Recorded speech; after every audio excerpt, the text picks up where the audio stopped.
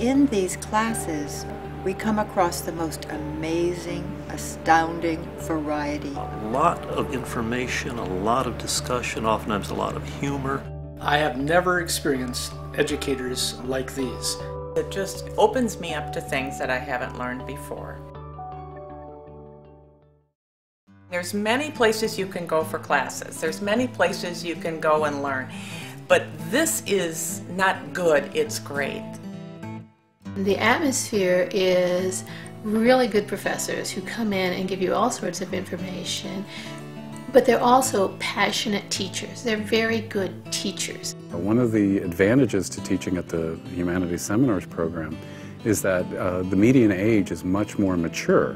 When I taught Dante's Inferno, the types of questions were very insightful. It means that this is having it's taking root in people, you know, that they are getting excited, they're seeing things and then they're drawing connections, which was very exciting. There's all these smart, interesting, engaged people.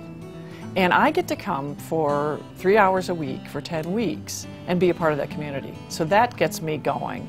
And I feel privileged to be able to be a part of that. One of the ways I have defined it is, let's all get in this room together and find out how we have negotiated our lives and made them creative, exciting, full of communication. I'm always amazed within my fellow students how they bring other knowledge and backgrounds to the professors in their questioning. I found that I was meeting people who had similar interests, and therefore it was coming from another city. It was a way to broaden a social exposure.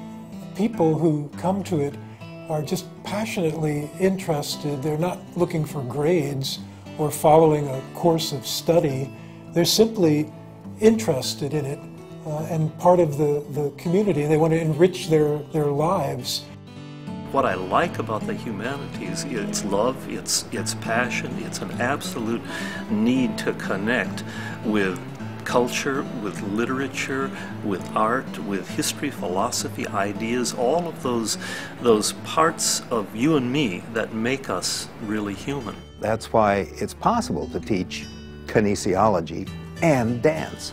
There is nothing that opposes between those when we look at them in the biggest picture. You take something that's old, an old work of literature, for instance, and you find why it's still alive. You know, 700 years after the thing was written, it's still very much an intriguing work in a country and in a culture and in a language that it wasn't originally intended for.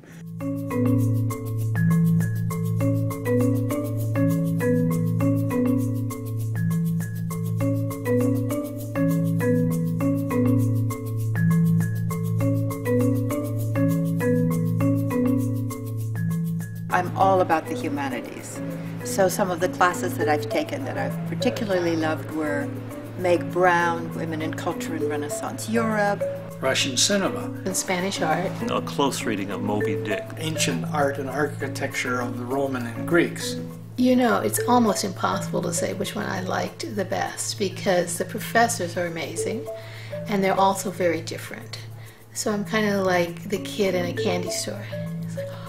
As I said, it's not good, it's great. It's as if I'm at the most wonderful cocktail party for 3 hours and talking with people who are interested in similar kinds of things that I'm interested in. Get the listing of what's being offered and go, wow, like next spring, I would like to take them all.